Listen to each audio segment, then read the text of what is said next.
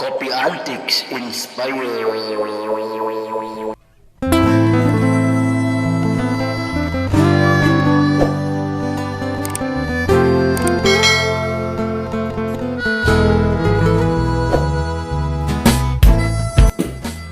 Assalamualaikum warahmatullahi wabarakatuh. Baraya Kopi Antik Inspire kembali berjumpa bersama saya Abah Asgun Ki Sarkim Nakula Jaya Perkasa.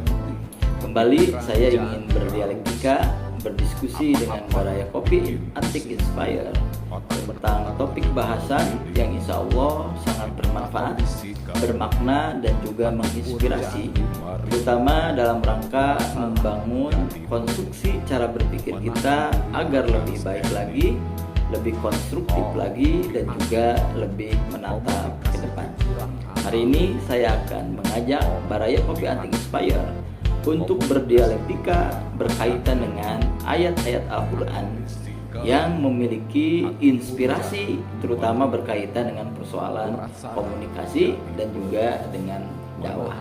Namun sebelumnya kami persilakan kepada Baraya Kopi Antik Inspire untuk memberikan subscribe terlebih dahulu, kemudian juga jika berkenan memberikan like dan juga meng-share kepada yang lain agar kebermanfaatannya lebih bermakna dan juga lebih meluas lagi. Hari ini saya ingin membahas salah satu ayat Al-Quran yang dianggap ini memiliki inspirasi berkaitan dengan persoalan dakwah, terutama dikaitkan dengan persoalan metodologi dakwah dan juga model komunikasi dakwah yang diajarkan dalam Al-Quran. Ayat ini tiada lain ada di dalam surat An-Nahl ayat 125. A'udzubillahi minasyaitonirrajim. Ud'u ila sabili rabbika bil hikmati wal mau'izatil hasanati wajadilhum billati hiya ahsan. Inna rabbaka huwa a'lamu biman dhalla an sabilih wa huwa a'lamu bil muhtadin.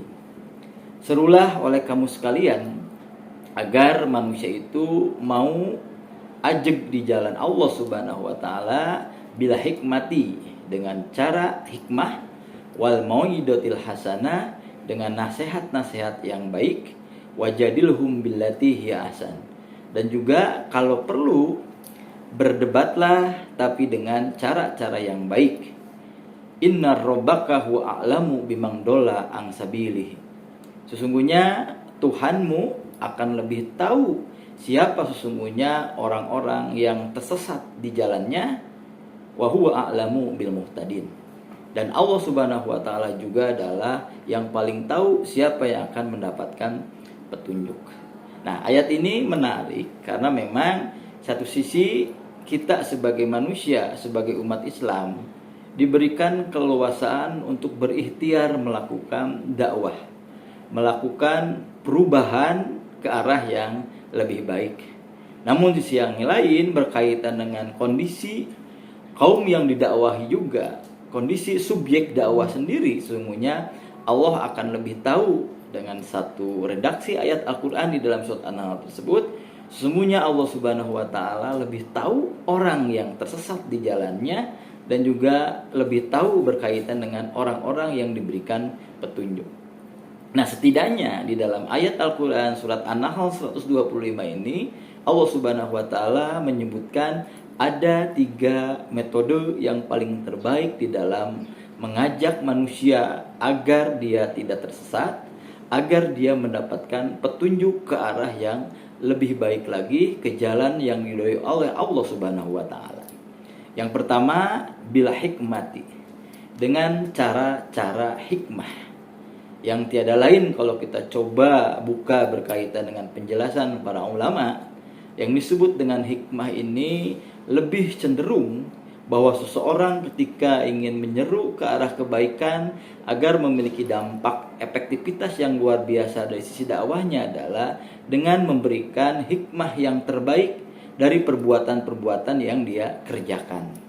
Jadi sesungguhnya kalau kita coba renungkan berkaitan dengan hikmah ini tiada lain adalah lebih efektif sebetulnya ketika kita memberikan dakwah, mengajak orang-orang lain itu dengan memberikan pelajaran berharga kepada orang lain, dengan memberikan contoh yang terlebih dahulu.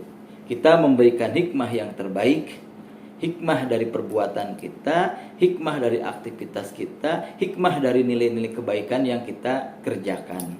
Sebab dengan kita melakukan beragam aktivitas yang mengandung nilai-nilai hikmah, maka secara tidak langsung kita sesungguhnya sedang mengajak juga orang lain untuk menyerupai apa yang kita kerjakan.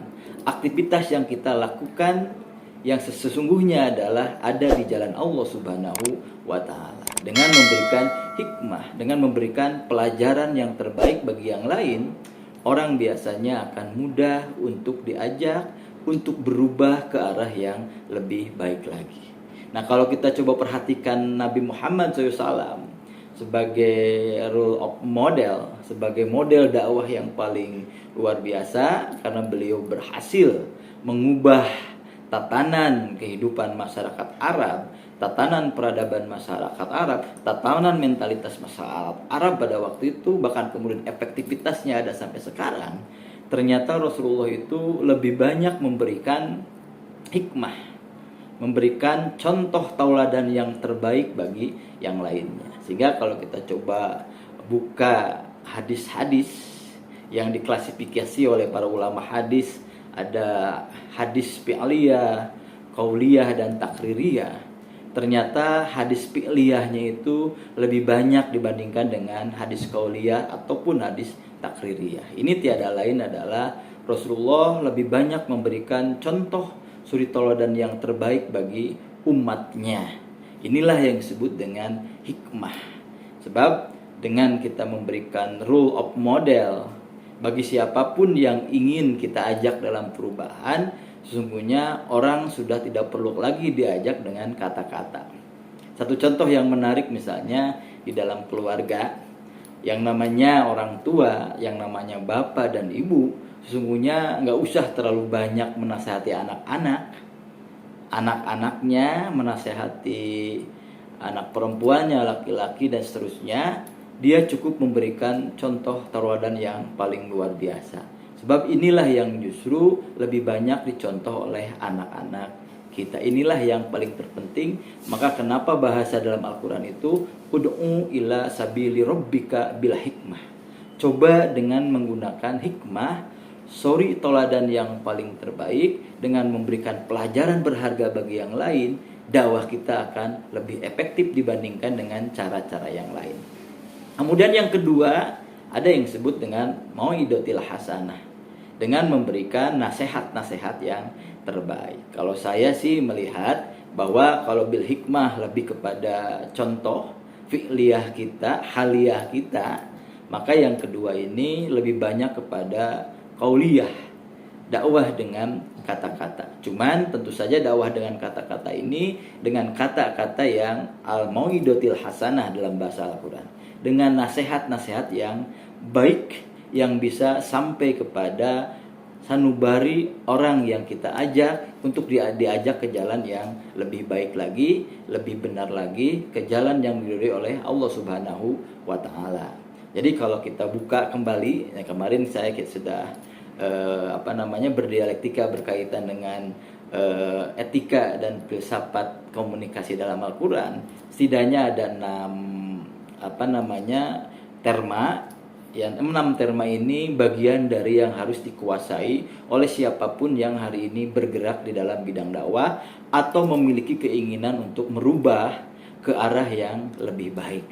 Ada yang disebut dengan qaula ma'rufa, kata-kata yang baik, kata-kata yang sesuai dengan adat istiadat. Ada juga yang disebut dengan qaula masyura, kata-kata yang pantas. Ada yang disebut dengan qaulan sadida, kata-kata yang benar. Ada yang disebut dengan qaulan baligo, kata-kata yang sampai kepada hati dan sanubari orang yang ajak kita dakwahi, yang kita dakwahi. Yang ketiga ada qaulan layina, dengan kata-kata yang halus, dengan kata-kata yang lunak. Ada yang disebut dengan qaulan karim, kata-kata yang mulia. Ada pilihan kata-kata dari ayat-ayat Al-Quran, dan kata-kata Al-Quran ini kalau kita coba sintesakan, tafsir Quran bil Quran, maka sesungguhnya wal mau'idotil hasanah itu adalah pilihannya ada 6 dalam Al-Quran. Silahkan dengan nasihat yang terbaik, apakah dengan menggunakan qaulan ma'rufa, dengan nasihat yang terbaik apakah dengan menggunakan qaulan layyina, apakah dengan menggunakan qaulan baligho, qaulan syadida, qaulan karima dan lain sebagainya, atau semuanya kita rangkai. Yang jelas salah satu yang menjadi efektivitas dalam dakwah yang kita lakukan untuk merubah kondisi agar lebih baik lagi, itu salah satunya yang disodorkan dalam Al-Quran adalah bil mau'idatil hasanah, dengan nasihat-nasihat yang baik yang kita miliki dengan menggunakan kata-kata dan ungkapan-ungkapan, ucapan-ucapan yang terbaik. Wajadilhum billati hiya ahsan. Kemudian yang terakhir, wajadilhum, berdebatlah, bermujadalahlah, berdiskusilah, berdialektikalah, billati hiya ahsan, tapi dengan cara-cara yang lebih baik lagi. Kalau yang pertama cenderung kita memberikan hikmah, memberikan isyarat-isyarat tauladan yang terbaik bagi yang lain.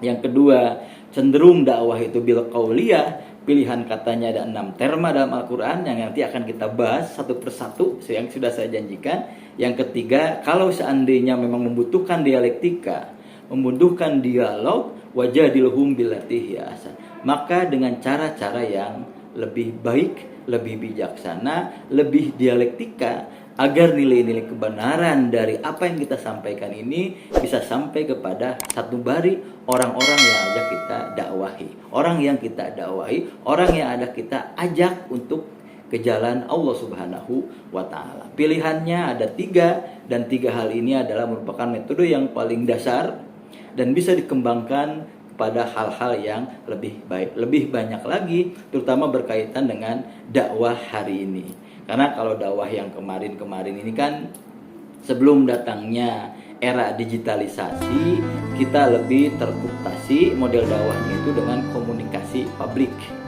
hanya melibatkan komunikasi publik saja. Maka hari ini ada yang disebut dengan komunikasi massa. Apalagi hari ini komunikasi massa berkembang seiring dengan berkembangnya apa yang disebut dengan new media, media baru, dakwah melalui digital, dakwah melalui media sosial dan lain-lain sebagainya. Inilah tantangan dakwah yang sangat luar biasa. Al-Quran memberikan dasar metodologis yang sangat luar biasa, bil hikmah wal mau'idatil hasanah wajadilhum billati hiya ahsan. Ini barangkali yang ingin saya sampaikan, yang ingin saya dialogkan pada kesempatan kali ini.